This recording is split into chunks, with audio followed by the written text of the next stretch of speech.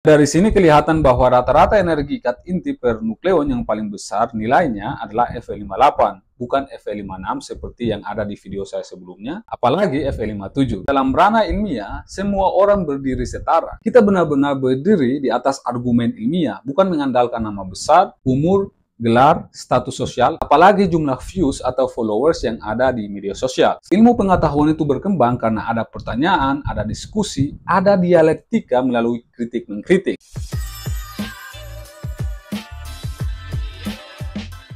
Saya ingin memberikan klarifikasi mengenai pernyataan saya di video sebelumnya soal isotop besi. Di video tersebut, saya katakan bahwa besi itu memiliki 4 isotop yang stabil, yakni Fe54, Fe56, Fe57, dan Fe58. Di video tersebut, berdasarkan hasil perhitungan saya sendiri, menggunakan rumus energi ikat inti, dan referensi yang saya peroleh, saya menemukan bahwa isotop yang paling stabil itu adalah Fe56 kalau dibandingkan dengan Fe57. Nah, setelah saya baca beberapa komentar di video tersebut, ada salah satu komentar yang menarik perhatian saya. Dan komentar inilah yang membuat saya malah skeptis dengan hasil perhitungan saya sendiri. Komentarnya seperti ini. Maaf nih bang, lu juga salah bang. Isotop Fe56 sangat menarik bagi para ilmuwan nuklir. Kesalahpahaman yang umum terjadi adalah bahwa isotop ini memiliki inti atom yang paling stabil, sehingga tidak mungkin melakukan fisi atau fusi pada Fe56 dan tetap melepaskan energi.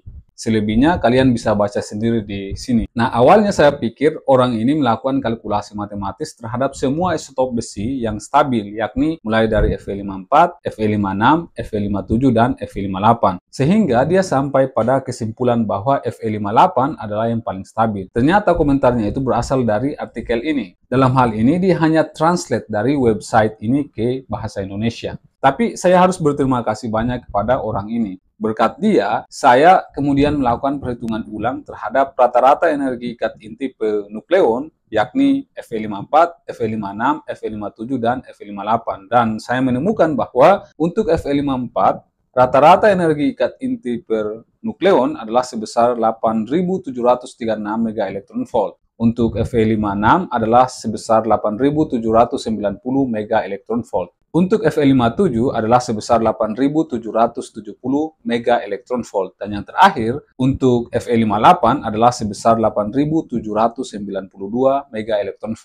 Hasil perhitungannya saya berikan di deskripsi dan kalian bisa cek sendiri. Nah, dari sini kelihatan bahwa rata-rata energi ikat inti per nukleon yang paling besar nilainya adalah Fe58, bukan Fe56 seperti yang ada di video saya sebelumnya, apalagi Fe57. Jadi kalau kita urutkan dari yang paling stabil, yakni yang paling tinggi rata-rata energi ikat inti per nukleon adalah pertama ada Fe58, kemudian Fe56, terus Fe57, dan yang terakhir ada Fe54. Setelah saya selesai melakukan perhitungan sendiri secara matematis, saya kemudian mencoba mencari referensi lain yang mendukung hasil perhitungan saya. Dan akhirnya saya temukan sebuah paper atau jurnal ilmiah yang ditulis oleh MP Fewell dari Department of Physics di University of New England. Dari paper atau jurnal ilmiah yang ditulis oleh MP Fewell ini membuat saya semakin yakin dengan hasil perhitungan saya kali ini. Fewell mengatakan di paper ini bahwa berdasarkan data ternyata Fe58 jauh lebih stabil dibandingkan dengan Fe56. Di paper ini Fewell tidak melakukan kalkulasi terhadap semua isotop besi dari Fe54, Fe56, Fe57, dan Fe58. Yang dia tunjukkan di sini hanyalah hasil dari energi ikat inti untuk Fe56 dan Fe58, dan inilah hasil yang dia peroleh untuk Fe56 dan Fe58, yang mana sama persis dengan hasil perhitungan saya sendiri. Oleh karena itu, melalui video ini saya ingin meminta maaf kepada kalian semua yang sudah menonton video saya sebelumnya, karena saya telah menyebarkan informasi yang salah dengan mengatakan bahwa Fe56 adalah yang paling stabil, padahal harusnya yang paling stabil itu adalah Fe58. Itulah fungsi dari kritik-mengkritik dalam dunia akademis. Dalam dunia akademis, mengungkap kebenaran tidak mesti diawali dengan etika, misalnya dengan meminta maaf terlebih dahulu baru mengkritik. Namun karena budaya kita itu lebih mengedepankan emosi dibandingkan dengan logika, maka akan jauh lebih elok jika memberikan kritik atau feedback selalu memperhatikan masalah etika, misalnya dengan meminta maaf terlebih dahulu sebelum mengkritik. Kemudian yang ingin saya tekankan adalah bahwa dalam ranah ilmiah, semua orang berdiri setara. Kita benar-benar berdiri di atas argumen ilmiah, bukan mengandalkan nama besar, umur,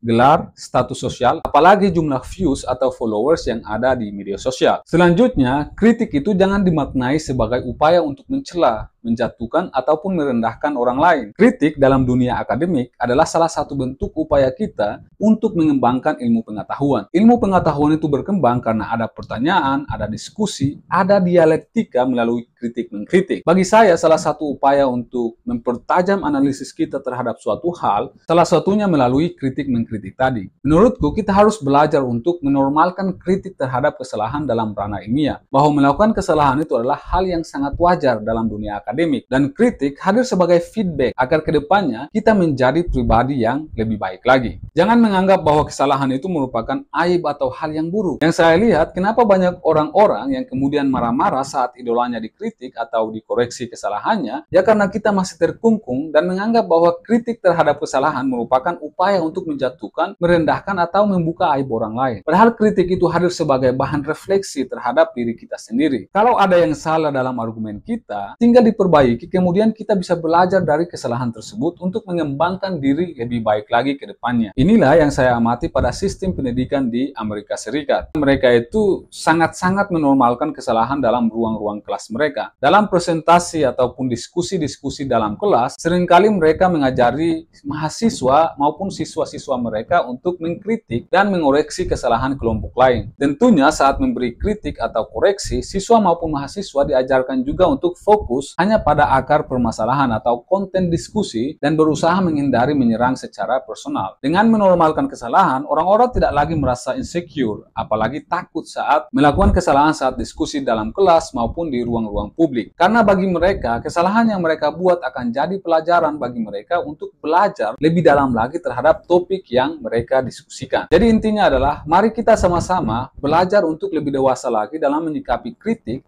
terhadap kesalahan. Kritik hadir bukan sebagai upaya untuk menjatuhkan, merendahkan, ataupun menyerang personal. Kritik yang kita terima dari publik mengajarkan kita untuk lebih bertanggung jawab atas argumen yang telah kita sampaikan ke publik. Kritik juga bisa meningkatkan kesadaran diri dan membangun ketahanan mental. Proses ini juga dapat memperluas wawasan kita melalui perspektif orang lain, mendorong pertumbuhan pribadi, dan tentunya memupuk sikap keterbukaan terhadap feedback yang bermanfaat. Jadi bagi teman-teman yang ingin mengkritik ataupun membantah argumen dalam video-video saya, silakan bantah dengan hasil perhitungan matematis ataupun referensi yang kredibel. Dan bagi teman-teman yang ingin membuli, saya persilakan juga. Kalau membuli saya itu membuat kalian bahagia, why not? Silakan bully sepuas kalian, karena sebenarnya saya juga tertawa dan menikmati bulian dari kalian. Cukup sekian, saya Mun Banyal. Salam apapun itu untuk ilmu pengetahuan, dan jangan mati sebelum meninggalkan karya.